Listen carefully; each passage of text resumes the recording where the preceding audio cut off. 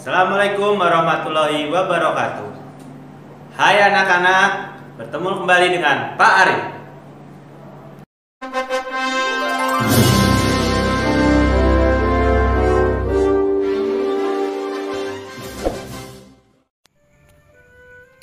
Tema 2, udara bersih bagi kesehatan.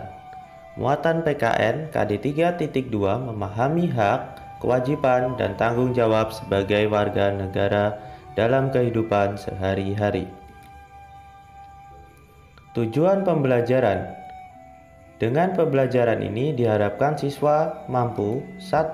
Menjelaskan pengertian hak, kewajiban, dan tanggung jawab. 2. Menyebutkan contoh hak baik di rumah, di sekolah, maupun di masyarakat. 3. Menyebutkan contoh kewajiban baik di rumah, di sekolah, maupun di masyarakat. 4. Menyebutkan contoh-contoh atau bentuk-bentuk tanggung jawab. Baik, langsung kita mulai. Pengertian hak. Hak berarti sesuatu yang mutlak menjadi milik seseorang dan penggunaannya tergantung kepada orang yang bersangkutan. Jadi, setiap pribadi itu mempunyai kebebasan untuk menggunakan haknya, dan hak ini sudah melekat pada diri seseorang sejak dia dilahirkan. Selanjutnya, pengertian kewajiban. Kewajiban berarti sesuatu yang harus dilakukan dengan penuh rasa tanggung jawab. Perlu digarisbawahi ya, dengan penuh rasa tanggung jawab. Kewajiban ini biasanya kalau orang sudah melakukan kewajiban, maka dia berhak untuk memperoleh haknya. Selanjutnya, pengertian tanggung jawab. Tanggung jawab adalah sikap dan perilaku seseorang untuk melaksanakan tugas dan kewajibannya yang seharusnya dia lakukan baik terhadap dirinya sendiri, keluarga, masyarakat, lingkungan, dalam kurung alam, sosial, dan budaya, negara maupun Tuhan yang Maha Esa. Ini jadi kewajiban dan tanggung jawab ini sangat erat hubungannya. Selanjutnya, contoh-contoh hak di rumah.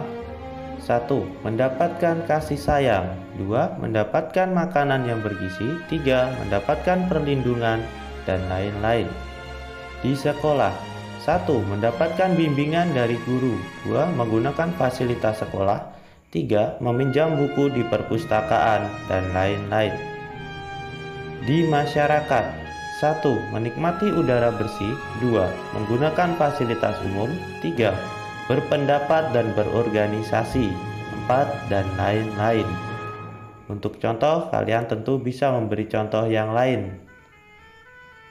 Selanjutnya, contoh-contoh kewajiban di rumah. 1. Membersihkan kamar tidur. 2. Membantu orang tua. 3. Mengerjakan PR, dan lain-lain. Di sekolah. 1. Taat dan patuh pada bapak atau ibu guru. 2. Mengikuti upacara bendera. 3. Melaksanakan tugas piket, dan lain-lain. Di masyarakat. 1. Tidak membuang sampah sembarangan. 2. Mengikuti kerja bakti. 3. Merawat dan menjaga fasilitas umum, dan lain-lain. Selalu Bapak ingatkan, untuk contoh kalian jangan terpaku dengan yang sudah Bapak berikan. Kalian boleh memberi contoh yang lain asal sesuai.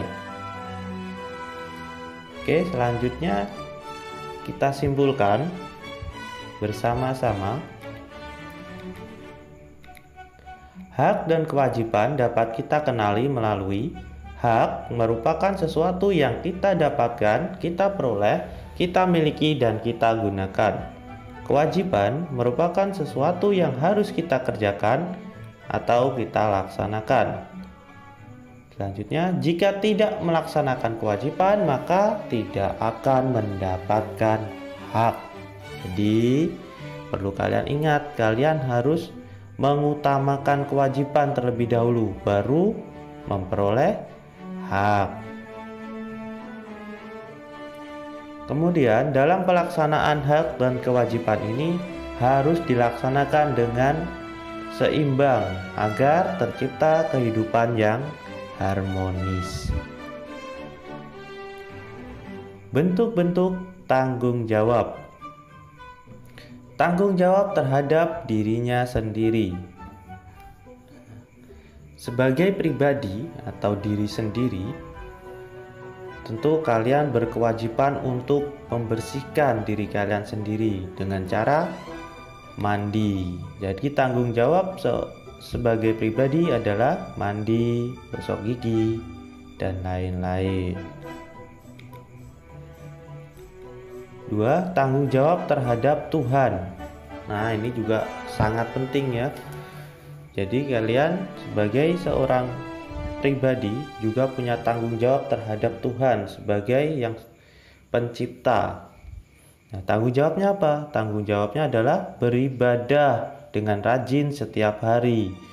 Kalau yang beragama Islam ya, menunaikan sholat 5 waktu. Selanjutnya, tanggung jawab terhadap keluarga. Ini biasanya contohnya seorang ayah itu punya tanggung jawab untuk memperoleh penghasilan untuk menafkahi anggota keluarganya. Kalau seorang ibu punya tanggung jawab yaitu memasak, mengajari anak-anaknya, dan lain-lain. Kalau anak juga punya tanggung jawab di rumah, yaitu belajar dengan rajin, menjaga nama baik keluarga, meraih prestasi, dan lain-lain. Tanggung jawab terhadap masyarakat. Nah, ini sebagai seorang makhluk sosial, manusia tentu tidak lepas dari kehidupan bermasyarakat. Jadi di lingkungan bermasyarakat kalian juga harus atau memiliki tanggung jawab untuk apa? Untuk menjaga ketentraman, menjaga keamanan di lingkungan kalian. Kemudian tanggung jawab juga menjaga kebersihan dengan cara tidak membuang sampah sembarangan, mengikuti kerja bakti, dan lain-lain. Kemudian tanggung jawab terhadap bangsa dan negara. Sebagai warga negara Indonesia, kalian punya tanggung jawab untuk membela dan menjaga negaranya. Kemudian membayar pajak guna mensukseskan pembangunan. Serta bertanggung jawab untuk mengharumkan nama bangsa dan negara. Selanjutnya, kita tiba pada kesimpulan. Jadi, kesimpulan dari tanggung jawab.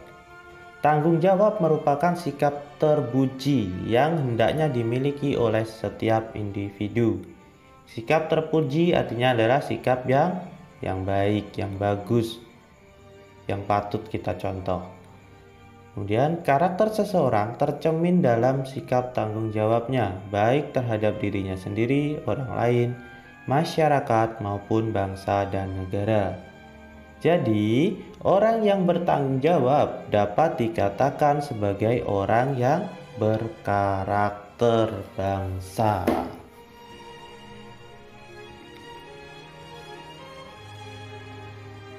Kemudian untuk menutup pelajaran kali ini, Bapak punya studi kasus. Kita akan mencermati sebuah kasus. Ada seorang ayah bekerja keras untuk menafkahi anggota keluarganya demi memenuhi kebutuhan pendidikannya.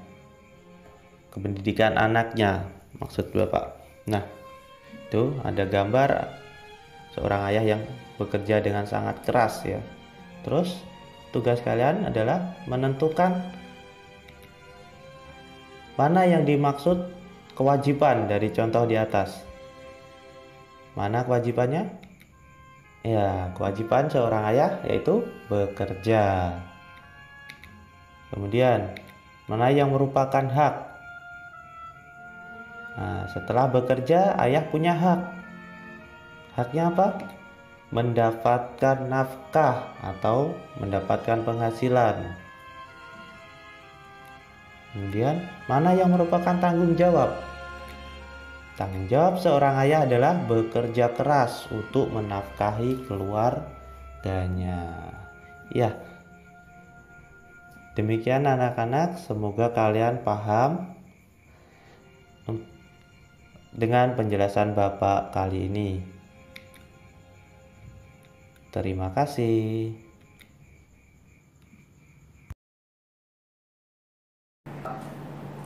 Alhamdulillah pelajaran hari ini sudah selesai. Semoga bermanfaat untuk kalian semua.